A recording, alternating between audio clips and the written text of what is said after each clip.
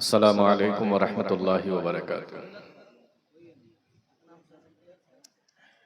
کیمرے سارے اس طرف ہیں، پبلک ساری اس طرف ہے، پتہ نہیں مجھے کہاں دیکھنا ہے، کچھ سمجھ میں نہیں آ رہا ہے۔ پبلک ساری اس طرف بیٹھی ہے اور کیمرے جو ہے سارے اس طرف لگے ہیں۔ ہاں تو یہی کرنا پڑے گا مجھے۔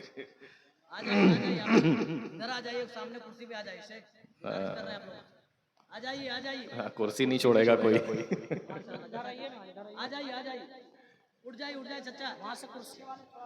نہیں کرسی نہیں چھوڑتے لوگ آج کے ٹائم پہ، الحمدللہ یہ آ گئے۔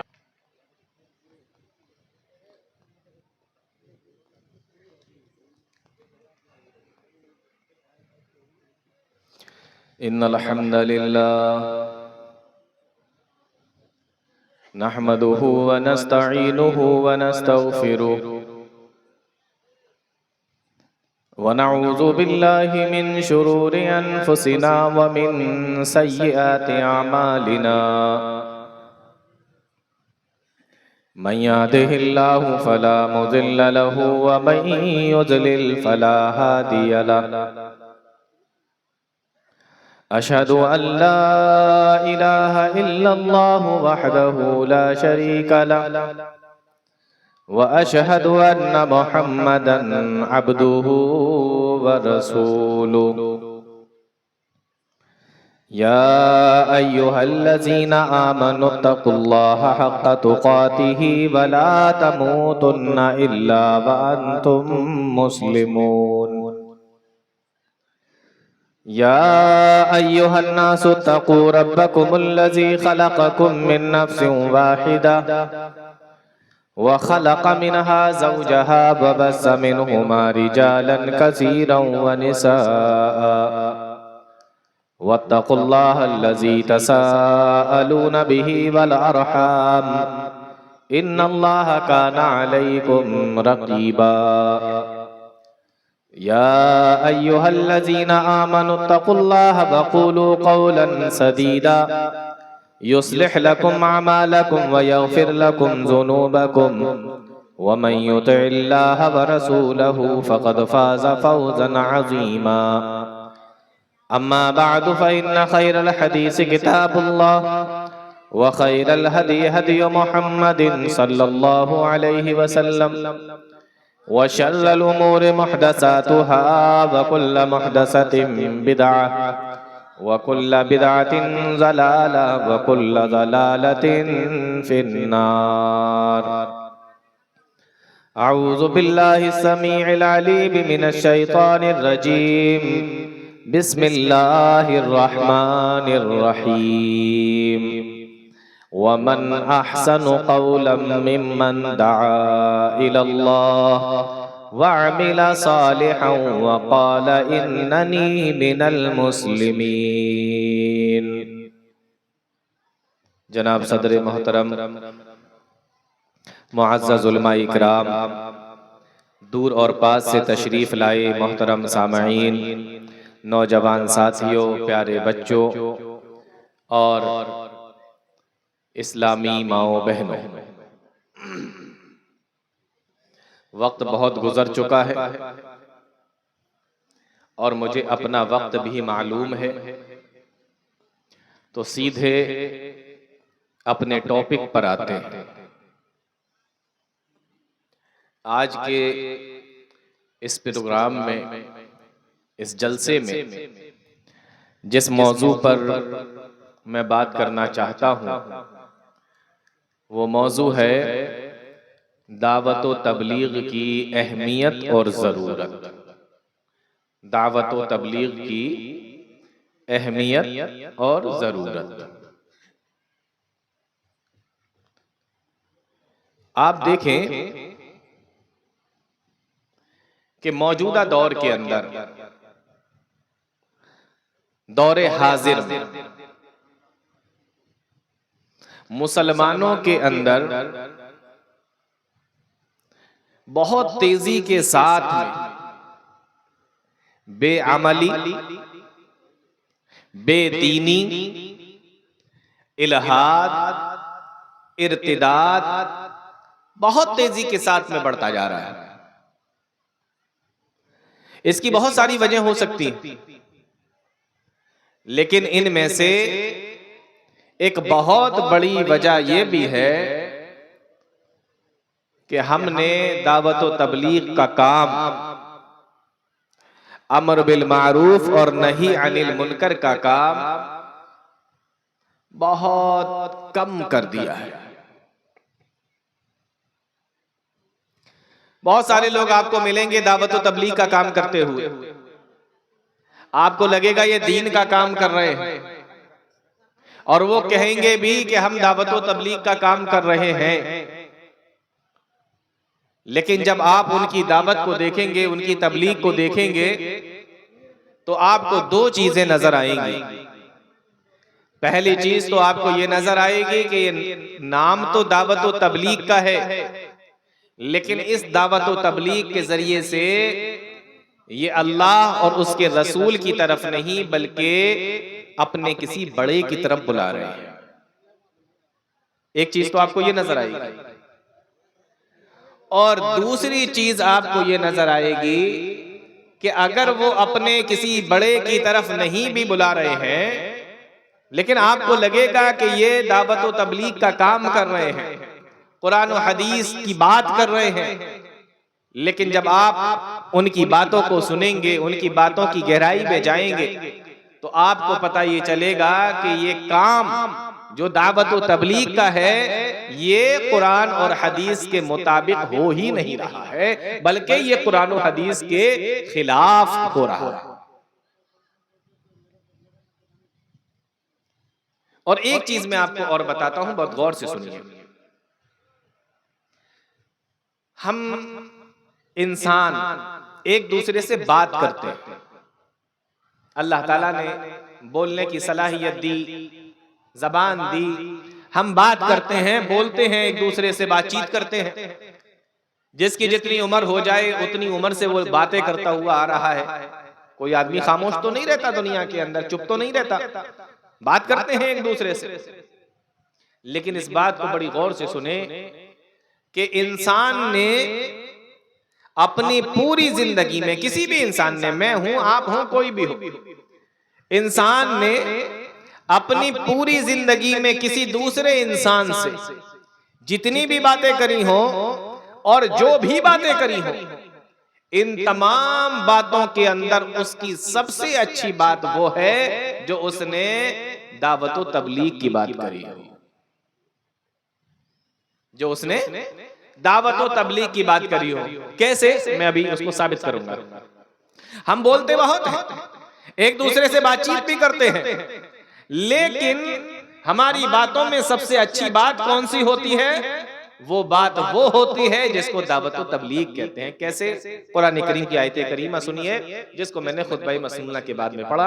اللہ تعالیٰ بیان کرتا ہے، وَمَنْ أَحْسَنُ قَوْلًا مِّمَّنْ دَعَا إِلَى اللَّهِ وَعَمِلَ صَالِحًا وَقَالَ إِنَّنِي مِنَ الْمُسْلِمِينَ۔ اس انسان سے بڑھ کر، اس انسان سے زیادہ اچھی بات، اس انسان سے زیادہ اچھی بات کس کی ہو سکتی ہے؟ وَمَنْ أَحْسَنُ قَوْلًا، اس انسان سے زیادہ اچھی بات کس کی ہو سکتی ہے؟ مِمَّنْ دَعَا إِلَى اللَّهِ، جو اللہ کی طرف بلائے۔ یعنی دنیا کے اندر کتنی بھی اچھی باتیں کرو، لیکن سب سے اچھی بات کس کی ہے؟ اس انسان کی باتیں سب سے اچھی ہیں جو اللہ اور اس کے رسول کی طرف بلاتا ہو، جو دین کی طرف بلاتا ہو۔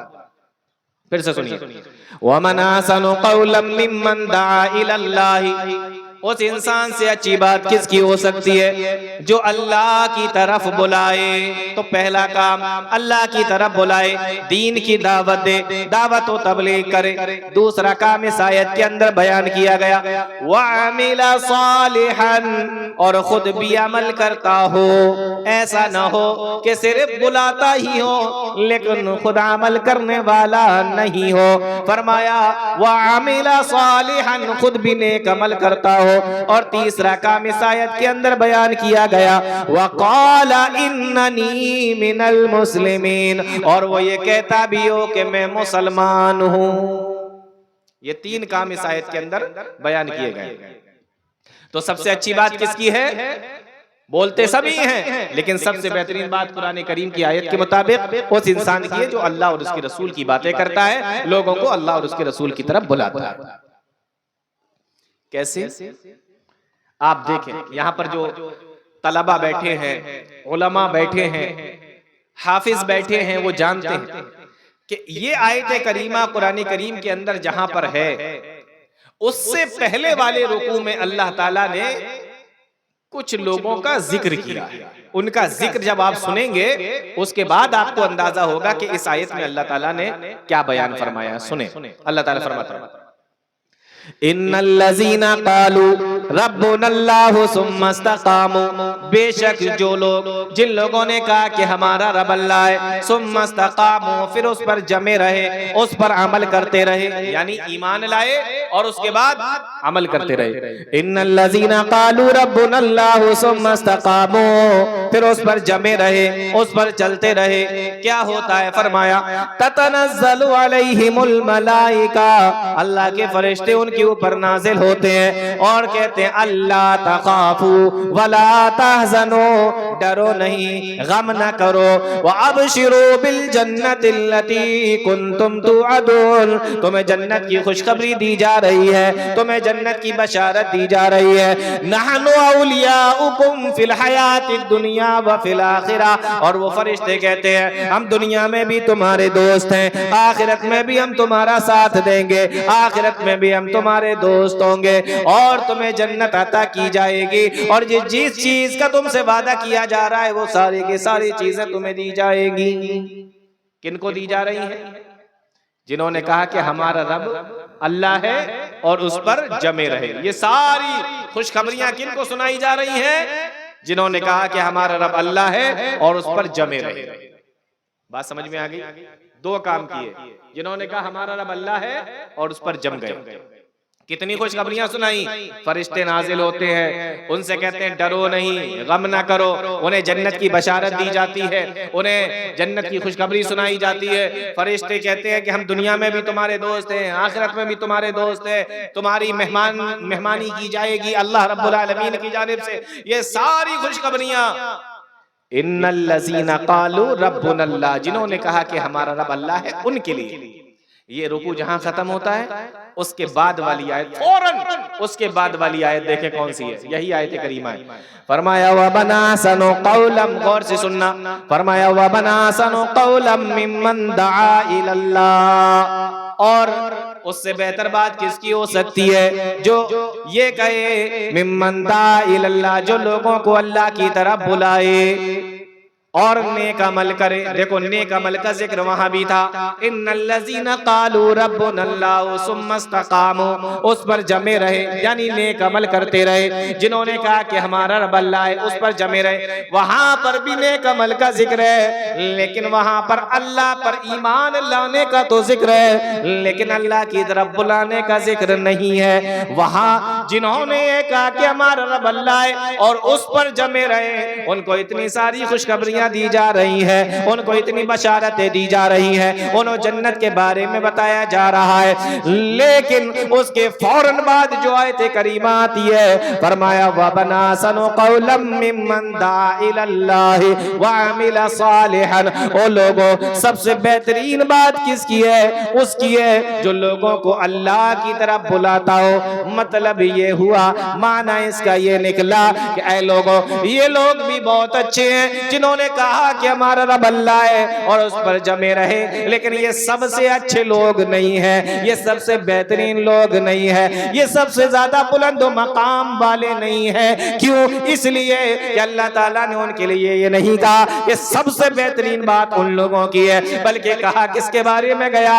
جو لوگوں کو اللہ کی طرف بلاتا ہو، جو لوگوں کے سامنے قرآن و حدیث کی دعوت دیتا ہو، جو لوگوں کے سامنے دعوت و تبلیغ کا کام کرتا ہو، اس کے بارے میں کہا جا رہا ہے کہ سب سے بہترین بات اس کی ہے۔ مطلب یہ نکلا کہ یہ لوگ بھی اچھے ہیں، بہترین کام کرتے ہیں، ان کے لیے یہ خوشخبریاں ہیں، یہ جنت کی بشارتیں ہیں، یہ فرشتے ان کے پاس میں آتے ہیں اور یہ خوشخبریاں لے کر آتے ہیں، لیکن یہ سب سے اچھے لوگ نہیں ہیں۔ سب سے بہترین لوگ کون سے ہیں؟ وَمَنْ أَحْسَنُ قَوْلًا مِّمَّنْ دَعَا إِلَى اللَّهِ، جو لوگوں کو اللہ کی طرف بلانے والے ہوں۔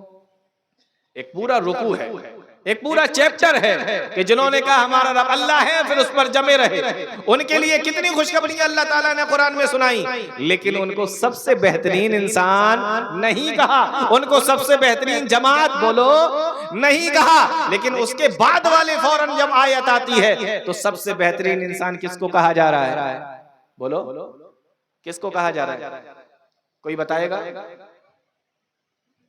کوئی بتا سکتا ہے یا صرف سن رہے ہیں باقی کو سمجھ میں نہیں آ رہا؟ ہاں، تو سب سے بہترین جماعت کس کو کہا گیا؟ جو اللہ کی طرف بلاتا ہو، اور اتنی خوشخبریاں دی گئی لیکن ان کو بہترین جماعت، سب سے بہترین جماعت نہیں کہا جا رہا ہے۔ یہی اس آیت کے اندر ایک اہم نکتہ ہے جس کو مفسرین نے بیان کیا۔ تو کیا فرمایا؟ اچھا، اس کو بہترین جماعت کیوں کہا جا رہا ہے؟ اس کو بہترین انسان کیوں کہا جا رہا ہے جو اللہ کی طرف بلائے، جو قرآن و حدیث کی دعوت دے؟ اس کو بہترین انسان کیوں کہا جا رہا ہے؟ اس کے مقابلے میں جو ایمان لائے اور نیک عمل کرتا رہے لیکن دعوت و تبلیغ نہ کرے، اس کے مقابلے میں جو دعوت و تبلیغ کا کام کرے، اللہ کی طرف بلائے، قرآن و حدیث کی طرف بلائے، اس کو کیوں بہترین کام، اس کو بہترین انسان کیوں کہا جا رہا ہے؟ اس کو درجہ کیوں زیادہ بلند دیا جا رہا ہے؟ مفسرین نے اس کی وجہ لکھی ہے۔ وجہ کیا ہے؟ وجہ یہ ہے کہ اگر کوئی آدمی نیک عمل کرتا ہے لیکن دوسروں کو نیکیوں کی طرف نہیں بلاتا، کوئی انسان غلط کاموں سے بچتا ہے، گناہوں سے بچتا ہے، حرام کاموں سے بچتا ہے لیکن دوسروں کو بچانے کی کوشش نہیں کرتا، تو یہ انسان ایسا ہے جو صرف اپنی جنت بنا رہا ہے، اپنے فائدے کی بات دیکھ رہا ہے، اپنے فائدے کی بات سوچ رہا ہے۔ لیکن وہ انسان جو نیک عمل کرے، لوگوں کو قرآن و حدیث کی باتیں بتائے اور لوگوں کو اللہ اور اس کے رسول کی طرف بلائے، یہ انسان وہ ہے جو اپنے لیے بھی بھلائی کا کام کر رہا ہے اور دوسرے لوگوں کے لیے بھی بھلائی کا کام کر رہا ہے، اپنے لیے بھی جنت تیار کرنے کی کوشش کر رہا ہے اور دوسروں کے لیے بھی جنت تیار کرانے کی کوشش کر رہا ہے۔ اس لیے اس کو بہترین انسان کہا گیا ہے، اس کے مقابلے جس نے کہا کہ ہمارا رب اللہ ہے اور پھر اس پر جم گیا۔ ایک چیز اور دیکھیں، آیت کریمہ کے اندر کیا ہے؟ وَمَنْ أَحْسَنُ قَوْلًا مِّمَّنْ دَعَا إِلَى اللَّهِ، جو لوگوں کو اللہ کی طرف بلائے، اللہ کی طرف دعوت دے، دین کی طرف بلائے، اللہ کی طرف بلائے۔ معلوم یہ ہوا، پتہ یہ چلا کہ انسان جب دین کا کام کرے تو اللہ کی طرف بلائے۔ اب آپ کہیں گے کہ سب اللہ کی طرف بلاتے ہیں، نہیں، ایسا نہیں ہے۔ لوگ دعوت کا کام تو کرتے ہیں، دعوت و تبلیغ کا کام تو کرتے ہیں، دین کے نام پر کرتے ہیں، لیکن کوئی اپنی طرف بلا رہا ہے، کوئی اپنی جماعت کی طرف بلا رہا ہے، کوئی اپنے بڑے کی طرف بلا رہا ہے، کوئی اپنے قبیلے کی طرف بلا رہا ہے، کوئی اپنے شہر کی طرف، اپنے مسکن کی طرف بلا رہا ہے۔ یہ سارے کے سارے لوگ اگر اس طریقے کے لوگ آپ کو مل جائیں تو یہ دعوت و تبلیغ کرنے والے تو ہیں لیکن اللہ کی طرف بلانے والے نہیں ہیں، بلکہ اللہ کی طرف بلانے والا کون ہے؟ وَمَنْ أَحْسَنُ قَوْلًا مِّمَّنْ دَعَا إِلَى اللَّهِ، جو تمہیں اللہ کی طرف بلائے، قرآن و حدیث کی طرف بلائے، پیارے نبی جناب محمد رسول اللہ کی طرف بلائے، وہ دعوت و تبلیغ کا کام کرنے والا ہے۔ حقیقت میں وہ ہے اللہ کی طرف بلانے والا، اپنی جماعت کی طرف نہیں، اپنے بڑوں کی طرف نہیں، اپنے قبیلوں کی طرف نہیں۔ دعا الی اللہ کہہ کر یہ بتا دیا گیا کہ حقیقی کام دعوت و تبلیغ کا کون کر رہا ہے؟ وہ جو اللہ اور اس کے رسول کی طرف بلا رہا ہے۔ تو بات سمجھ میں آئی؟ دعوت و تبلیغ کس کو کہتے ہیں؟ جو اللہ اور اس کے رسول کی طرف بلائے۔ ایک چیز اس میں اور دیکھیں، یہاں کہا گیا کہ دعا الی اللہ، اللہ کی طرف بلائے، یعنی پہلی چیز تو یہ کہ قرآن و حدیث کی طرف بلائے، لیکن اس کے اندر دعا الی اللہ کہہ کر اس بات کی طرف بھی اشارہ موجود ہے، غور سے سنیے گا، اس بات کی طرف بھی اشارہ موجود ہے کہ جب انسان دعوت و تبلیغ کا کام کرے، لوگوں کو قرآن و حدیث کی طرف بلائے، تو سب سے پہلے جس چیز کی طرف وہ انسان لوگوں کو بلائے گا وہ اللہ کی توحید ہوگی۔ یہ کیسے پتا چلا؟ یہ دعا الی اللہ سے پتا چلا، اللہ کی طرف بلائے۔ تو سب سے پہلے قرآن و حدیث کی طرف بلائے، قرآن و حدیث کے اندر بھی سب سے پہلے کس چیز کی طرف بلائے؟ توحید کی طرف بلائے، دعا الی اللہ سے پتا چلتا ہے۔ اب دیکھیے بہت سارے لوگوں کو آپ کو دعوت و تبلیغ کا کام کرنے والے مل جائیں گے، لیکن ان سے پوچھو ان کے کام کرنے کا طریقہ کیا ہے، ان کے کام کرنے کا اصول کیا ہے۔ بہت سارے لوگ آپ کو ملیں گے، لیکن ان میں سے کتنے ہیں جو دعوت و تبلیغ کے نام پر اللہ کی توحید کی طرف بلاتے ہو، اللہ رب العالمین کی وحدانیت کی طرف بلاتے ہو، لوگوں کو شرک سے ڈراتے ہو؟ ایسے آپ کو بہت کم ملیں گے، شاید آپ کو نہ کے برابر ملیں گے۔ اور اکثر لوگ آپ کو دعوت و تبلیغ کا کام کرنے والے اس طریقے کے ملیں گے جو آئیے نماز پڑھیے، توحید بعد میں دیکھی جائے گی۔ پہلے نماز کا درجہ ہے یا پہلے توحید کا درجہ ہے؟ بولو۔ اگر انسان کی توحید ہی درست نہیں ہے تو نماز کا کیا ہوگا؟ تو پہلے توحید ہے، توحید کی طرف بلائیے اور بعد میں نماز کی طرف بلائیے۔ پہلے انسان کا عقیدہ صحیح کروائیے۔ یہ دعا الاللہ سے پتہ چلتا ہے، اللہ کی طرف بلاؤ یعنی قرآن و حدیث کی طرف بلاؤ، اور اس قرآن و حدیث کے اندر بھی سب سے پہلے توحید کی طرف بلاؤ، اللہ تعالیٰ کی توحید لوگوں کو بتاؤ۔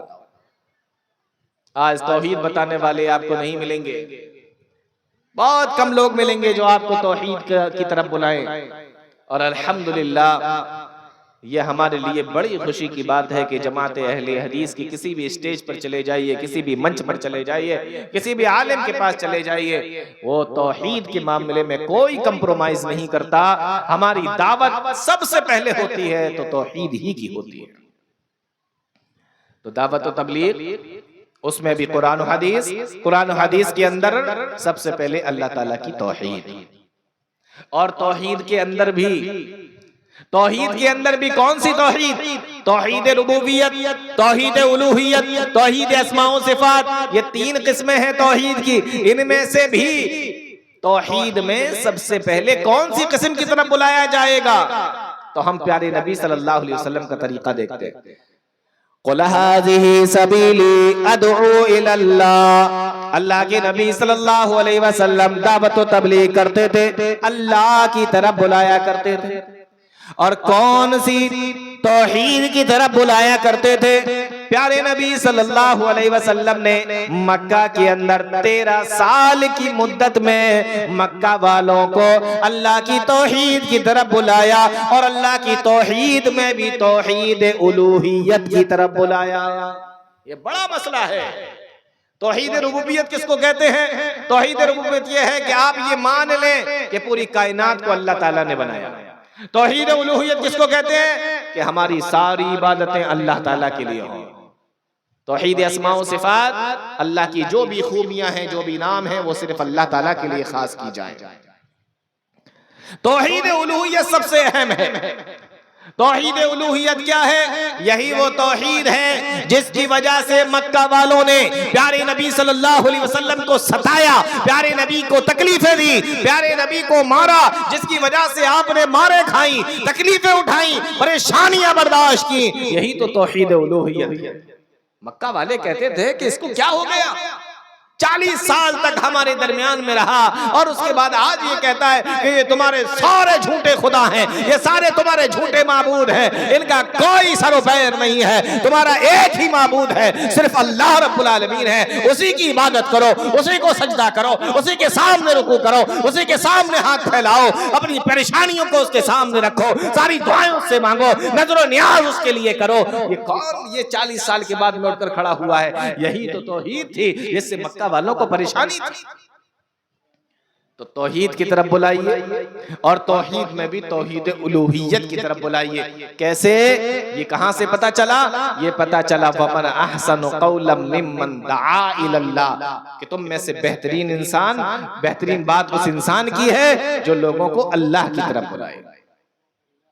پیارے نبی صلی اللہ علیہ وسلم نے حضرت معاذ ابن جبل رضی اللہ تعالیٰ عنہ کو یمن کی طرف روانہ کیا۔ مشہور حدیث ہے، آپ نے معاذ ابن جبل کو یمن کی طرف بھیجا، اور آپ نے فرمایا اے معاذ، تم یمن کی طرف جا رہے ہو، سنو، سب سے پہلے یمن کے لوگوں کو جس چیز کی تم طرف دعوت دو گے، جس چیز کی طرف تم بلاؤ گے، وہ ہوگے شہادت اللہ الہ الا اللہ وانی رسول اللہ، اس بات کی دعوت دینا کہ اللہ کے علاوہ کوئی معبود برحق نہیں ہے اور میں یعنی محمد صلی اللہ علیہ وسلم اللہ کے رسول ہیں۔ یمن کی طرف بھیجا، دعوت و تبلیغ کے لیے بھیجا، سب سے پہلی بات کون سی سکھائی میرے بھائیوں؟ اللہ کی توحید اور پیارے نبی صلی اللہ علیہ وسلم کی رسالت کا اقرار۔ ہم نے توحید کی دعوت کو بند کر دیا، لوگوں کے عقیدے بگڑ گئے، اور باقی عقیدے کی بات مت کرو، توحید کی بات مت کرو، اس کے علاوہ جیسی چاہو ویسی باتیں کرو، جس چیز کی طرف لوگوں کو چاہو بلاؤ۔ میرے بھائیو نہیں، سب سے پہلے انسان کا عقیدہ درست ہونا چاہیے۔ اے معاذ، تم یمن کی طرف جا رہے ہو، لوگوں کو سب سے پہلے جس چیز کی دعوت دینا وہ اس بات کی طرف بلانا شہادت اللہ الہ الا اللہ، کہ گواہی دے اللہ کے علاوہ کوئی معبود برحق نہیں ہے، وانی رسول اللہ، اور اس بات کی بھی گواہی دے کہ محمد صلی اللہ علیہ وسلم اللہ کے رسول ہے، اس بات کی گواہی دے۔ پھر آپ نے فرمایا اے معاذ، جب وہ لوگ اس بات کو مان لیں، جب اس بات پر چلنے لگے، پھر ان کو بتانا ان اللہ قد افترض علیہم 5 صلوات فی کل یوم ولیلہ۔ اے معاذ، پھر ان کو بتانا کہ اللہ تعالیٰ نے تمہارے اوپر 5 وقت کی نمازوں کو تمہارے اوپر فرض کیا ہے۔ نماز کا معاملہ کون سے نمبر پہ رکھا اللہ کے نبی صلی اللہ علیہ وسلم نے؟ دوسرے نمبر پہ رکھا۔ ہمارے یہاں بہت سارے دعوت و تبلیغ والے، ان کی یہاں نماز کا معاملہ پہلے نمبر پہ ہوتا ہے، اور توحید تو ہوتی ہی نہیں۔ یہاں سب سے پہلے توحید ہے اور اس کے بعد میں نماز کا ذکر کیا۔ پھر آپ نے فرمایا فَإِنْ أَطَاعُوهُمْ لِذَلِكَ، اگر وہ تمہاری بات مان لے، نماز بھی پڑھنے لگے، پھر ان کو بتانا کہ اللہ تعالیٰ نے سال میں 1 مرتبہ تمہارے اوپر زکوٰۃ کو فرض کیا ہے، تُؤْخَذُ مِنْ أَغْنِيَائِهِمْ وَتُرَدُّ عَلَىٰ فُقَرَائِهِمْ، جو تمہارے مالداروں سے لیا جائے گا اور تمہارے غریبوں کے اندر تقسیم کر دیا جائے گا۔ یہ طریقہ تھا پیارے نبی جناب محمد رسول اللہ صلی اللہ علیہ وسلم کا دعوت و تبلیغ کا، اللہ کی طرف بلانے کا، قرآن و حدیث کی طرف بلانے کا۔ اگر آپ بھی دعوت و تبلیغ کا کام کرتے ہیں تو سب سے پہلے آپ کو عقیدہ صحیح کرانا پڑے گا، سب سے پہلے عقیدے کی طرف بلانا پڑے گا، اللہ کی توحید کی دعوت دینا ہوگی، اللہ کی توحید کی طرف بلانا ہوگا، اس انسان کے عقیدے کو صحیح کرانا ہوگا۔ اس کے بعد نماز کا نمبر آتا ہے، پھر زکوٰۃ کا نمبر آتا ہے، پھر اور دوسری چیزوں کا نمبر آتا ہے۔ یہی اس آیت کریمہ سے بھی ہمیں پتہ چلتا ہے۔ فمن فرمایا ومن احسن قولا ممن دعا الی اللہ، اس انسان سے بہتر بات کس کی ہو سکتی ہے جو اللہ کی طرف بلائے۔ تو سب سے پہلے توحید، اس کے بعد باقی چیزوں کا نمبر آتا ہے۔ اب آپ نے لوگوں کو توحید کی طرف بلایا، پھر باقی دوسری چیزوں کی طرف بلا رہے، تو اس کا فائدہ کیا ہوگا وہ ذرا سنیے۔ دعوت و تبلیغ کا، نیکیوں کی طرف بلانے کا، برائیوں سے منع کرنے کا فائدہ کیا ہے؟ دیکھیں، اللہ تعالیٰ نے ہم سے پہلے جو امتیں بھیجی تھی، دنیا کے اندر جو امتیں آئی تھی، ان امتوں کا معاملہ کیا تھا کہ ان کی عمر بڑی لمبی لمبی ہوا کرتی تھی۔ جب ان کی عمر لمبی ہوتی تھی تو ان کی نیکیاں بھی زیادہ ہوتی تھی۔ یہ امت سب سے لاسٹ میں آئی، اس کی عمریں کم ہیں، جب عمر کم ہے تو نیکیاں بھی کم ہیں۔ اب اس کی عمر کم ہوئی تو نیکیاں بھی کم ہو گئی، تو یہ نیکیاں بڑھیں گی کیسے، یہ نیکیاں زیادہ کیسے ہوں گی؟ تو اللہ تعالیٰ نے بہت ساری چیزیں بتائیں، اس میں سے ایک سسٹم یہ بھی بتایا۔ کون سا سسٹم؟ غور سے سنیں۔ کہ عمر کم رہے اور نیکیاں بہت زیادہ بڑھ جائیں. وہ سسٹم دیکھیں. پیارے نبی صلی اللہ علیہ وسلم بیان فرماتے ہیں من دعا الى ہدی کان لہ من الاجر مثل اجور من تبعہ لا ينقص ذلك من اجورہم شیئا.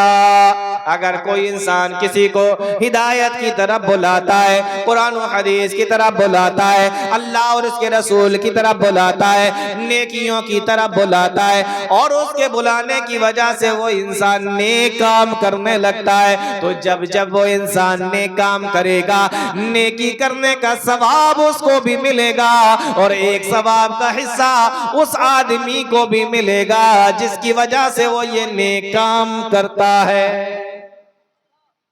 پتہ یہ چلا کہ آپ نے کسی کو نماز کی طرف بلایا، اب اس نے نماز پڑھی، اس کو بھی اپنی نماز پڑھنے کا ثواب ملا، لیکن آپ کی وجہ سے وہ نمازی بنا تھا تو آپ کو بھی اس کی نماز پڑھنے کا ثواب مل رہا ہے. اور لا ينقص ذلك من اجورہم شیئا.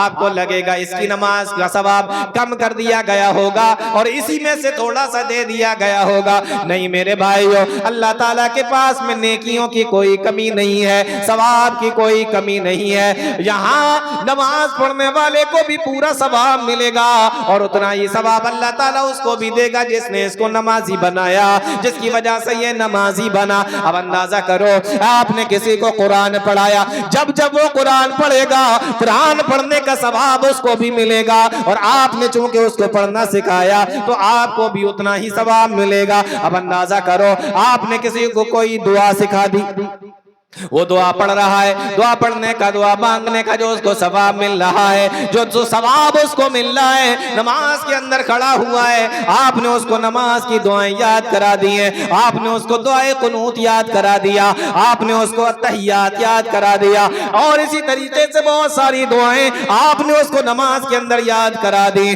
فرمایا جب یہ نماز پڑھے گا، جب یہ قرآن پڑھے گا، جب یہ دعاؤں کو پڑھے گا، جب یہ نیک عمل کرے گا، اس کو بھی ثواب ملے گا، اور اتنا ہی ثواب آپ کو بھی دیا جائے گا. کیوں دیا جائے گا؟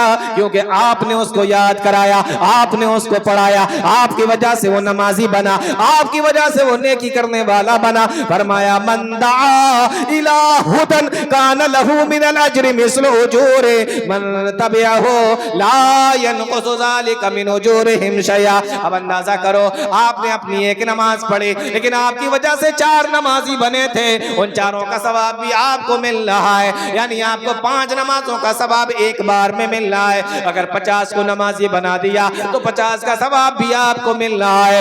اگر آپ نے 100 کو نمازی بنا دیا تو 100 کا ثواب آپ کو مل رہا ہے. ذرا اندازہ کرو، اگر آپ نے اپنی زندگی کے اندر ایسے نیک کام کیے، لوگوں کو نیک کام کرنے کی طرف بلایا، لوگوں کو قرآن و حدیث کی طرف بلایا، لوگوں کو قرآن پڑھنا سکھایا، لوگوں کو آپ نے دعائیں یاد کرا دی، تو آپ کی عمر تو کم رہے گی، لیکن جو نیکیاں آپ نے کری بھی نہیں ہوں گی، بلکہ کی تو کسی دوسرے نے کی ہوں گی، لیکن آپ کی وجہ سے کی ہوں گی، تو اللہ تعالیٰ اس کا ثواب بھی آپ کو دیتا رہے گا، وہ ثواب بھی آپ کو ملتا رہے گا. آپ دنیا سے چلے بھی جاؤ گے، لیکن وہ اگر نیک کام ہوتا رہے گا، وہ ثواب کا کام ہوتا رہے گا، تو وہ ثواب آپ کو ملتا رہے گا، وہ اجر آپ کے کھاتے میں جڑتا رہے گا، وہ نیکیاں آپ کو ملتی چلی جائیں گی.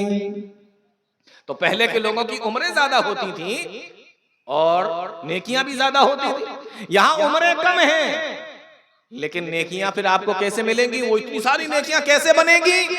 کسی کو آپ قرآن و حدیث کی بات بتائیں، نیکی کی طرف بلائیں، اچھی باتیں بتائیں، پھر وہ اس پر عمل کر لیں، تو آپ کو بھی ثواب ملے گا اور اس کو بھی ثواب ملے گا. ثواب میں کوئی کمی نہیں کی جائے گی. اللہ کی یہاں کوئی کمی نہیں ہے نیکیوں کی، ثواب کی، اجر. اس لیے غور سے سنیے، علماء نے لکھا ہے، مفسرین نے لکھا ہے کہ اگر ساری امت کی نیکیوں کو اکٹھا کر دیا جائے، کیا؟ اگر ساری امت کی نیکیوں کو اکٹھا کر دیا جائے اور پیارے نبی جناب محمد رسول اللہ صلی اللہ علیہ وسلم کی نیکیوں کو اکٹھا کر دیا جائے، ادھر اکیلے پیارے نبی کی نیکیاں ہیں اور ادھر ساری امت کے نیک اعمال ہیں، ساری امت کی نیکیاں ہیں، اگر ان کو دونوں کو آپس میں وزن کر دیا جائے، دونوں کو آپس میں تول دیا جائے تو پیاری نبی کی نیکیاں زیادہ نکلیں گی، پیارے نبی کی نیکیاں زیادہ نکلیں گی۔ اب آپ سوچو کیسے؟ انہوں نے تو اپنی 63 سال کی زندگی گزاری اور 63 سال کی زندگی گزار کے دنیا سے چلے گئے، آپ کی وفات ہو گئے، پھر ساری امت کی نیکیاں اکٹھا کرنے کے بعد بھی یہ نیکیاں ساری امت کی کم کیوں پڑ جا رہی ہیں؟ نبی کی نیکیاں کیوں بڑھ جا رہی ہیں؟ وہ اس لیے کہ اللہ کا دین لے کر پیارے نبی آئے تھے اور قیامت تک جو بھی دین پر چلے گا، نیک عمل کرے گا، اس کی نیکیوں کا ثواب اس کو ملے گا اور اتنا ہی ثواب پیارے نبی صلی اللہ علیہ وسلم کے اکاؤنٹ میں بھی جڑتا رہے گا۔ اس لیے ساری امت کی نیکیوں کو بھی اگر اکٹھا کر لیا جائے تو پیارے نبی کی نیکیوں کے برابر نہیں ہو سکتی۔ قیامت تک کے لیے جو لوگ بھی آئیں گے، جتنا بھی نیک عمل کریں گے، نیکیاں ادھر بھی اکاؤنٹ میں جا رہی ہیں، وہاں پر بھی اکٹھا ہو رہی ہیں، اس لیے ساری امت کی نیکیاں مل کر بھی پیارے نبی کی نیکیوں کے برابر نہیں ہو سکتی۔ لیکن اسی کے مقابلے میں اللہ کے نبی صلی اللہ علیہ وسلم نے فرمایا، اس بات کو بھی غور سے سن لیجیے، اسی حدیث کے اندر آپ نے فرمایا یہ تو وہ چیز تھی جس کے بارے میں اللہ تعالیٰ نے فرما دیا ان لک لاجرا غیر ممنون، او میرے نبی ہم آپ کو ایسا اجر دیں گے، ایسا اجر عطا فرمائیں گے جو کبھی ختم نہیں ہوگا، جو کبھی بیچ میں سے کٹے گا نہیں، جو کبھی ختم ہونے والا نہیں ہوگا۔ یہ تو نیکیاں تھیں، لیکن پیارے نبی نے ارشاد فرمایا وَمَن دَعَا إِلَىٰ ضَلَالَةٍ، لیکن اگر کسی انسان نے کسی گناہ کی طرف بلایا، کسی برائی کی طرف بلایا اور وہ انسان اس کی بات کو مان کر وہ کام بھی کرنے لگا، پیارے نبی نے فرمایا مثل آثام من تبعہ لا ينقص ذلك من آثامہم شیئا، اللہ تعالیٰ اس گناہ کرنے والے کو اتنا گناہ دے گا جتنا یہ گناہ کر رہا ہوگا، لیکن اللہ تعالیٰ اس انسان کو بھی اتنا ہی گناہ دے گا، اس کی نیکی، اس کے اعمال کے اندر، اس کے نام اعمال کے اندر بھی اتنے ہی گناہ لکھے جائیں گے جتنا کہ یہ گناہ کرنے والا ہوگا۔ کیوں اس کے نام اعمال کے اندر گناہ لکھے جا رہے ہیں؟ فرمایا اس لیے کیونکہ اس کی وجہ سے یہ گنہگار بنا تھا۔ نیکی کی طرف بلاؤ گے تو آپ کی نیکیوں میں اضافہ ہوگا، گناہ کی طرف بلاؤ گے تو آپ کے گناہوں میں اضافہ ہوگا۔ کتنے تعجب کی بات ہے اور کتنی مصیبت اور پریشانی کی بات ہے میرے بھائیوں کہ گناہ کوئی دوسرا آدمی کر رہا ہے اور جڑ رہا ہے آپ کے اکاؤنٹ کے اندر۔ کیوں؟ اس لیے کہ اس گناہ کے موجد آپ تھے، آپ کی وجہ سے وہ گناہ نکلا، آپ کی وجہ سے وہ غلط کام نکلا، آپ کی وجہ سے سماج کے اندر وہ غلط کام پہنچا اور آپ کو دیکھ کر آپ کی وجہ سے دوسرے لوگوں نے وہ غلط کام کرنا شروع کر دیا۔ میرے بھائیوں کر وہ رہے ہیں لیکن آپ کے نام اعمال کے اندر گناہ لکھے جا رہے ہیں۔ کتنے افسوس کی بات ہے، کتنے افسوس کی بات ہے، غور کیجئے۔ پھر آگے اس آیت کریمہ کو دیکھیں ذرا، کیا فرمایا؟ لِيَحْمِلُوا أَوْزَارَهُمْ، اللہ تعالیٰ نے قرآن کریم کے اندر ایک دوسری جگہ پہ بیان فرمایا ہے لِيَحْمِلُوا أَوْزَارَهُمْ كَامِلَةً يَوْمَ الْقِيَامَةِ، ایسا آدمی جس نے کسی کو گناہ کی طرف بلایا ہوگا، جس نے کسی کو برائی کی طرف بلایا ہوگا اور اس کی وجہ سے وہ انسان گناہوں میں چلا بھی گیا، اس کی وجہ سے وہ گناہ کرنے بھی لگا، فرمایا لِيَحْمِلُوا أَوْزَارَهُمْ كَامِلَةً يَوْمَ الْقِيَامَةِ قیامت کے دن آئے گا اور اپنے گناہوں کا بوجھ اٹھائے ہوئے ہوگا، اپنے گناہوں کے بوجھ کو لے کر آئے گا، اور ساتھ ہی ساتھ اللہ کا قرآن کہتا ہے وَمِنْ أَوْزَارِ الَّذِينَ يُضِلُّونَهُمْ بِغَيْرِ عِلْمٍ، اور ان لوگوں کے بھی گناہوں کے بوجھ کو اپنے اوپر لاد کے لائے گا، اپنے گناہوں کے ساتھ ساتھ ان لوگوں کے گناہوں کو بھی بوجھ کو اٹھایا ہوا ہوگا جس کو اس نے گمراہ کیا ہوگا، جس کی وجہ سے ان لوگوں نے گناہ کیے ہوں گے، ان کے گناہوں کو بھی اپنے اوپر لاد کر لائے گا۔ اللہ کا قرآن کہتا ہے الا ساء ما یزرون، ہائے بربادی، کتنا برا بوجھ یہ اٹھا کر لایا، یعنی جو گناہ اس نے کیے وہ بھی اپنے ساتھ میں لے کر آیا، اور جو دوسرے لوگ گناہ کر رہے ہیں ان گناہوں کو بھی اپنے ساتھ میں لے کے آ رہا ہے، اپنے اوپر لاد کے لا رہا ہے۔ نیکیاں کر رہا ہے تو نیکیاں مل رہی ہیں، اور اگر گناہ کی باتیں کر رہا ہے جس کی وجہ سے لوگ گناہ کر رہے ہیں تو اس گناہ کا عذاب اور وبال اور گناہ اس کے نامہ اعمال کے اندر بھی، اس کے اکاؤنٹ کے اندر بھی لکھے جا رہے ہیں۔ ایک اور جگہ پہ اللہ تعالیٰ نے قرآن کے اندر فرمایا وَلَا يَحْمِلُنَّ أَثْقَالَهُمْ وَأَثْقَالًا مَعَ أَثْقَالِهِمْ، وہ لوگ قیامت کے دن یہ اپنا بوجھ بھی ڈھوئیں گے، اپنے گناہوں کا بوجھ بھی ڈھوئیں گے، وَأَثْقَالًا مَعَ أَثْقَالِهِمْ، اور اپنے گناہوں کے بوجھ کے ساتھ ان لوگوں کے گناہوں کا بوجھ بھی اپنے اوپر لادے ہوں گے، اپنے گناہوں کے ساتھ ان کے گناہوں کا بوجھ بھی ڈھوئیں گے، جس کی وجہ سے جو اس کی وجہ سے گناہ کے اندر پڑے ہوں گے۔ اس لیے میرے بھائیوں، سماج کے اندر کبھی بھی، دنیا کے اندر، سماج کے اندر، اپنے گھر کے اندر، اپنے محلے کے اندر آپ گناہ کرنے والے نہ بنو، گناہوں کی طرف بلانے والے نہ بنو، گناہوں کو ایجاد کرنے والے نہ بنو۔ یہ حدیث ہمیں بتاتی ہے۔ تو اللہ تعالیٰ نے کیا فرمایا؟ بہترین بات کس کی ہے؟ جو لوگوں کو اللہ کی طرف بلائے۔ وَمَنْ أَحْسَنُ قَوْلًا مِّمَّنْ دَعَا إِلَى اللَّهِ، اور دیکھو صرف یہ نہیں کہا گیا کہ لوگوں کو صرف اللہ کی طرف بلائے اور خود بلائے اور خود کچھ نہ کرے، ایسا نہیں کہا گیا، بلکہ ساتھ ہی ساتھ یہ بھی کہا وَعَمِلَ صَالِحًا، اور خود نیک عمل بھی کرتا ہو، ایسا نہ ہو کہتا کچھ ہو کرتا کچھ ہو، ایسا نہ ہو۔ فرمایا وَعَمِلَ صَالِحًا، خود بھی نیک عمل کرنے والا ہو، خود بھی نیک عمل کرتا ہو۔ نیک عمل کس کو کہتے ہیں؟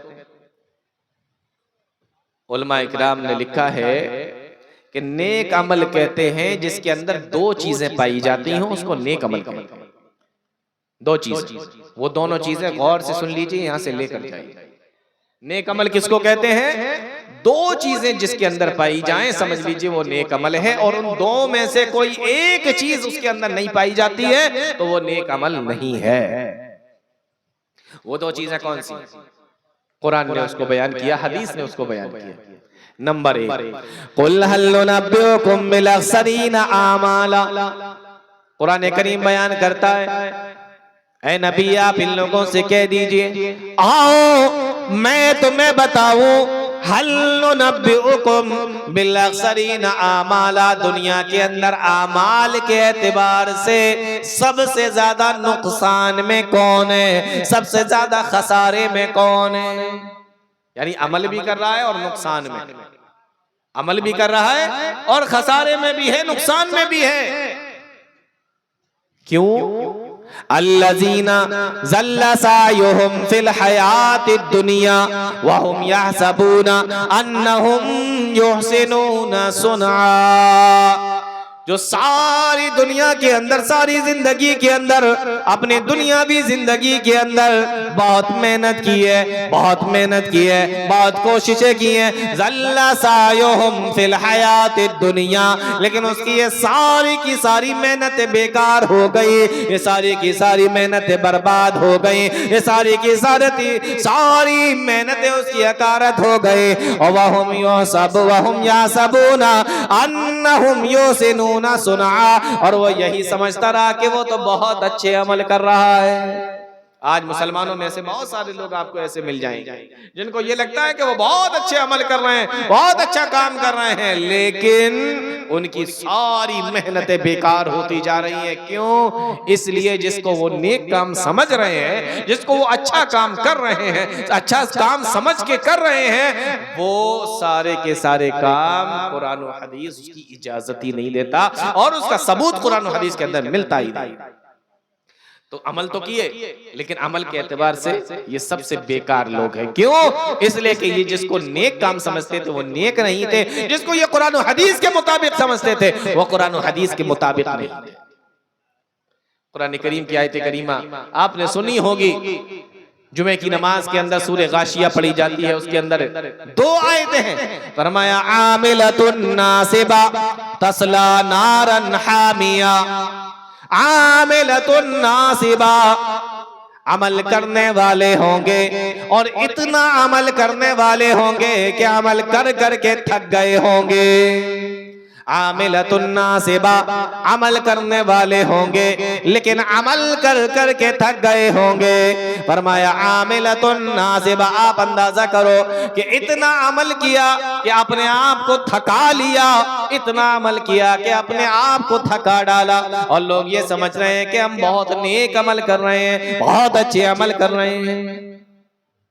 آج آپ نے دیکھا نا بہت سارے لوگ آپ کو ملیں گے، ایسے لوگ بھی آپ کو مل جائیں گے جو نماز پڑھنے کے لیے کھڑے ہوئے 1000 رکعت کی نیت باندھ لی. 1000 رکعت پڑھنا ہے مجھے. کہاں سے لائی 1000 رکعت؟ بہت سارے لوگ ملیں گے آج روزے سے ہیں. کیوں روزہ؟ ہزاری روزہ ہے. کہاں سے آیا یہ ہزاری روزہ؟ کہاں سے آئی یہ ہزاری نماز؟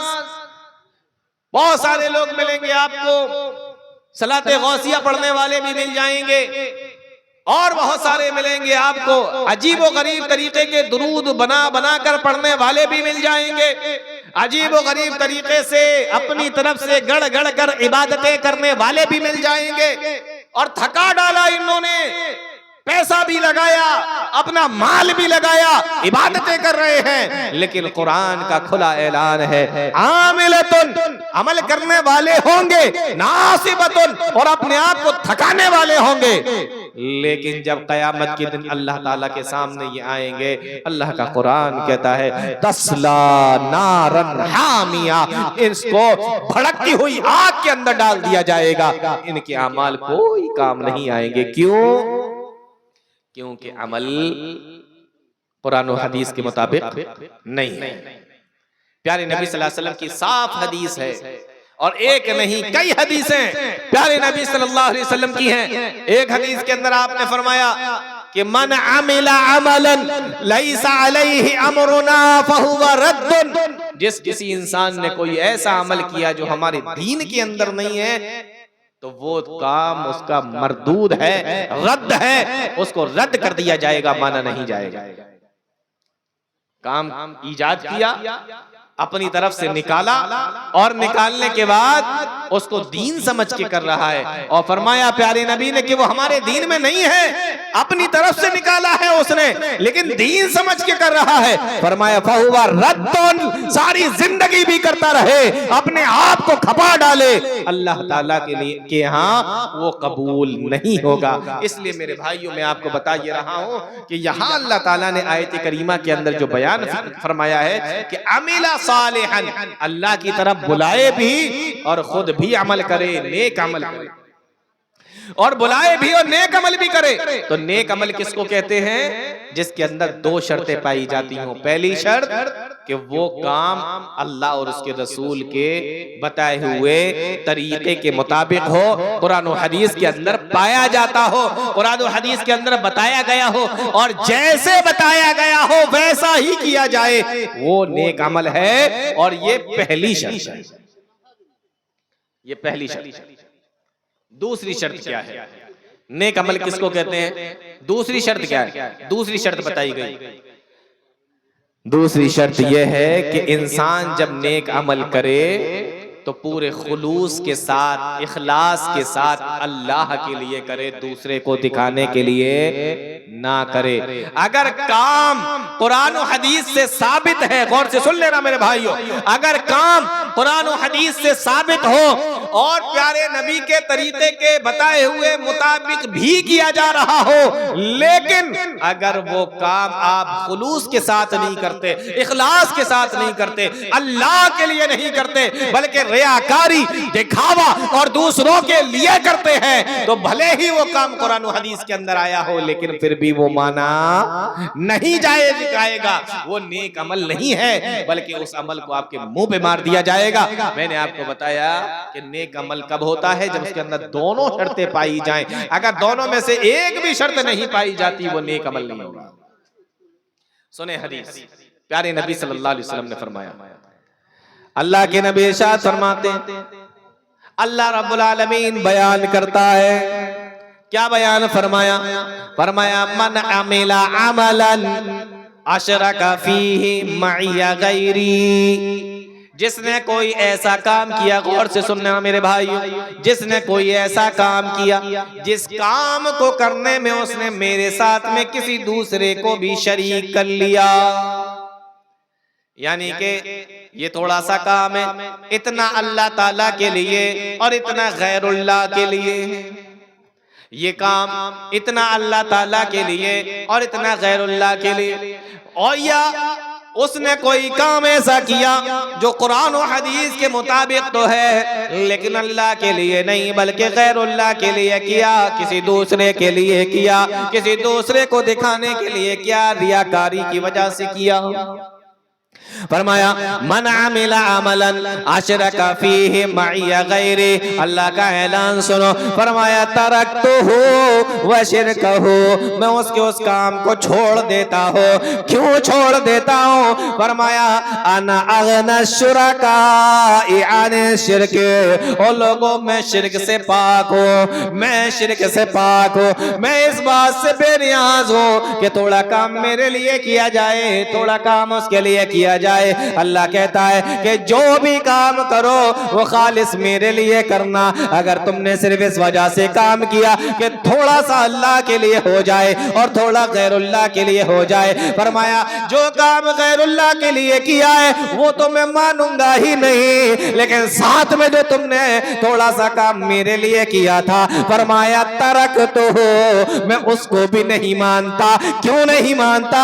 انا اغنی الشرکاء، میں بے نیاز ہو، میرے ساتھ میں کسی کو شریک نہ کرنا۔ اس لئے میرے بھائیو، اللہ کے نبی صلی اللہ علیہ وسلم نے ایک اور جگہ پہ بیان فرمایا، من سمع سمع اللہ، جس آدمی نے کسی کو سنانے کے لیے، کسی کو دکھانے کے لیے کوئی کام کیا تو اللہ تعالیٰ اس کے اس کام کو سارے لوگوں کو دکھا دے گا، یعنی کوئی ثواب نہیں ملے گا۔ ایک جگہ اللہ کے نبی نے فرمایا من یرائی یرائی اللہ بھی، اور جو لوگوں کو دکھانے کے لیے کام کرے گا اللہ تعالیٰ لوگوں کو وہ کام دکھا دے گا، یعنی وہ کام لوگوں کے سامنے تو آ جائے گا لیکن اللہ کے لیے، اللہ کے یہاں اس کا کوئی ثواب نہیں ملے گا۔ اس لیے میرے بھائیو، عمل صالح کس کو کہتے ہیں؟ جس کے اندر دو چیزیں پائی جائیں۔ نمبر ایک یہ ہے کہ وہ کام قرآن و حدیث کے مطابق ہو، اور نمبر دو عمل صالح یہ ہے کہ وہ کام صرف اللہ کے لیے کیا جائے، کسی دوسرے کے لیے نہ کیا جائے، تب ہے وہ عمل صالح۔ تو قرآن کریم کیا بیان کرتا ہے؟ وَمَنْ أَحْسَنُ قَوْلًا، آیت کو پھر سے غور سے سن لیجئے، فرمایا وَمَنْ أَحْسَنُ قَوْلًا مِمَّنْ دَعَا إِلَى اللَّهِ، اس سے بہتر بات کس کی ہو سکتی ہے؟ جو اللہ کی طرف بلائے۔ اس پر میں بات کر چکا ہوں، اللہ کی طرف بلانے کا کیا مطلب ہے؟ وَمَنْ أَحْسَنُ قَوْلًا مِمَّنْ دَعَا إِلَى اللَّهِ، جو اللہ کی طرف بلائے، وَعَمِلَ صَالِحًا، اور خود بھی نیک عمل کرے۔ نیک عمل کس کو کہتے ہیں یہ بھی میں بتا چکا ہوں۔ اب تیسری چیز کی طرف آتے ہیں، فرمایا وَقَالَ إِنَّنِي مِنَ الْمُسْلِمِينَ، اور جو یہ کہتا ہو کہ میں مسلمان ہوں، جو اپنے آپ کو مسلمان ہونے کا دعویٰ بھی کرتا ہو، اپنے آپ کو مسلمان بھی کہتا ہو، اپنے آپ کو مسلمان بھی کہتا ہو، وَقَالَ إِنَّنِي مِنَ الْمُسْلِمِينَ، یہ بڑی عجیب بات، یہ بڑی عجیب بات۔ آپ اندازہ کریں، ایک آدمی ہے جو لوگوں کو اللہ کی طرف بلا رہا ہو، ایک آدمی ہے جو لوگوں کو قرآن و حدیث کی طرف بلا رہا ہو، ایک آدمی ہے جو نیک عمل کر رہا ہو۔ بہت غور سے سنیے گا، نیک عمل بھی کر رہا ہے، لوگوں کو اللہ کی طرف بلا رہا ہے، وہ مسلمان تو ہوگا ہی، لیکن ساتھ میں کہا گیا وَقَالَ إِنَّنِي مِنَ الْمُسْلِمِينَ، اور وہ یہ کہتا ہو کہ میں مسلمان ہوں۔ یہ کیا مطلب ہے بھائی؟ مسلمان ہوگا تبھی تو یہ سارے کام کرے گا وہ، پھر یہ کیوں کہا جا رہا ہے کہ وہ یہ کہے کہ میں مسلمان ہوں؟ آپ دیکھیں کتنے لوگوں کو سوشل میڈیا پر آپ کو ملیں گے، اس طریقے کا لباس ہوگا کہ آپ کو اندازہ نہیں ہوگا کہ یہ مسلمان ہے، کرسچن ہے، کون ہے، پتہ نہیں۔ ایسے لوگ بھی آپ کو ملیں گے جنہوں نے اپنی آئی ڈی بنا رکھی ہوگی فیس بک پر اور دوسری چیزوں پر۔ خاص طور سے میں اپنے نوجوانوں سے کہنا چاہتا ہوں، غور سے سنیں اس بات کو، کتنے لوگ آپ کو ایسے ملیں گے کالجوں میں پڑھنے والے، یونیورسٹیز کے اندر پڑھنے والے، مسلم لڑکے اور لڑکیاں، مسلم اسٹوڈنٹس، طلبہ اور طالبات، یہ سارے آپ کو ایسے بہت سارے اس میں سے آپ کو ایسے ملیں گے جن کی social media per I D ہیں، یا اپنی آئی ڈی پر بڑی اچھی اچھی باتیں لکھتے بھی ہیں، لیکن یہ اپنے نام کے آگے مسلمان یا اپنی جہاں پہچان ہے کہ آپ کا مذہب کیا ہے، آپ کا دین کیا ہے، وہاں پر یہ اپنے آپ کو مسلمان نہیں کہلاتے۔ کہیں لوگ اس سے بدک نہ جائیں، لوگ اس سے بھاگ نہ کھڑے ہوں، اس لیے مسلمان شو نہیں کرتے۔ ایسا نہیں ہے میرے بھائی، اگر آپ مسلمان ہیں تو آپ بتائیں کہ ہاں میں مسلمان ہوں، چھپانے کی کوئی ضرورت نہیں، اس میں کوئی آر نہیں ہونا چاہیے۔ آپ کو لگا کسی محفل میں بیٹھے ہوئے ہیں، آپ نے سوچا کہ ابھی میں کہہ دوں گا میں مسلمان ہوں، لوگ مجھے حقارت کی نگاہ سے دیکھنے لگیں گے، نہیں۔ وَقَالَ إِنَّنِي مِنَ الْمُسْلِمِينَ، آپ کو مسلمان ہونے پر کوئی افسوس، کوئی تکلیف یا اسی طریقے سے کوئی عار نہیں ہونا چاہیے، آپ کہیے کہ میں مسلمان ہوں۔ یہ کیا مسلمان بھی ہیں، نمازیں بھی پڑھتے ہیں، نیک عمل بھی کرتے ہیں، لیکن ساتھ ہی ساتھ آپ کو اپنے آپ کو مسلمان کہنے میں تکلیف ہو رہی ہے، آپ کو شرم آ رہی ہے اپنے آپ کو مسلمان کہنے میں، یہ نہیں ہونا چاہیے۔ اس لیے تیسری چیز بیان کی وَقَالَ إِنَّنِي مِنَ الْمُسْلِمِينَ۔ ایک حدیث سناتا ہوں پھر بات ختم کروں گا۔ پیارے نبی صلی اللہ علیہ وسلم کی حدیث سنی، صحیح بخاری کی روایت ہے، اللہ کے نبی صلی اللہ علیہ وسلم ارشاد فرماتے ہیں ذاق طعم الایمان، غور سے سننا نوجوانوں، فرمایا ذاق طعم الایمان، ایسے آدمی نے ایمان کا ذائقہ چکھ لیا، ایمان کا مزہ چکھ لیا۔ ذاق طعم الایمان، ایسے آدمی نے ایمان کا مزہ چکھ لیا، ایسے آدمی نے ایمان کا ذائقہ چکھ لیا۔ کیسے آدمی نے؟ فرمایا من رضی باللہ ربا وبالاسلام دینا وبمحمد الرسولا، جو اپنی زبان سے یہ کہتا ہو کہ میں اللہ کو رب مان کے راضی ہوں، میں اسلام کو دین مان کے راضی ہوں، اور میں محمد الرسول اللہ صلی اللہ علیہ وسلم کو رسول مان کر راضی ہو۔ یہ تینوں چیزوں کی گواہی آپ کو دینا پڑے گی، اور یہ تین چیزوں کو اگر آپ مانتے ہیں اور آپ اس بات کی گواہی دیتے ہیں اور آپ اس کو مانتے ہیں، اس کا اقرار کرتے ہیں، فرمایا ذاق طعم الایمان، حقیقت میں اس انسان نے ایمان کا ذائقہ چکھ لیا ہے، ایمان کا مزہ اس انسان نے چکھ لیا ہے۔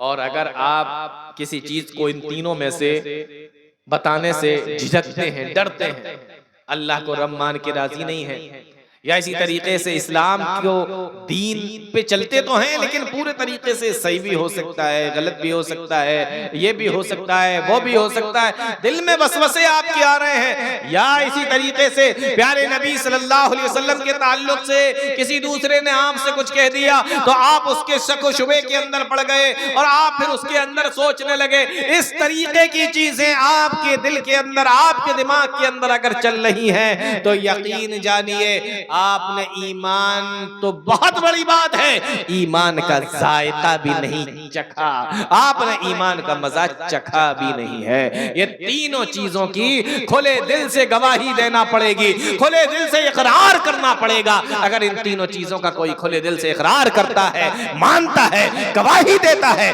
ایسا آدمی ایمان کا مزہ چکھنے والا، ایمان کا ذائقہ چکھنے والا ہے۔ اس لیے کہا گیا وقال اننی من المسلمین، کہ کہو کہ میں مسلمان ہوں، یعنی آپ کو مسلم ہونے پر کوئی عار نہیں ہونا چاہیے، کوئی شرم نہیں ہونا چاہیے، اور کبھی ضرورت پڑ جائے تو بتانے پر بھی کوئی شرم نہیں ہونا چاہیے۔ یہ تین چیزیں ایک اس آیت کے اندر بیان کی گئی ہیں، جس کو میں نے خطبہ مسنونہ کے بعد میرے بھائیوں پڑھا تھا۔ تقریباً میرا وقت ہو چکا ہے، اور اگر اب میں کوئی دوسری آیت پڑھتا ہوں یا دوسری بات نکالتا ہوں تو اس کے لیے وقت بہت درکار ہوگا، اس لیے میں اپنی بات کو یہیں پہ ختم کرتا ہوں۔ اللہ تعالی ہم تمام لوگوں کو نیک عمل کی توفیق عطا فرمائے، قرآن و حدیث کو سمجھنے کی، اس پہ چلنے کی توفیق عطا فرمائے، آمین یا رب العالمین۔ وآخر دعوانا الحمدللہ رب العالمین، والسلام علیکم ورحمۃ اللہ وبرکاتہ۔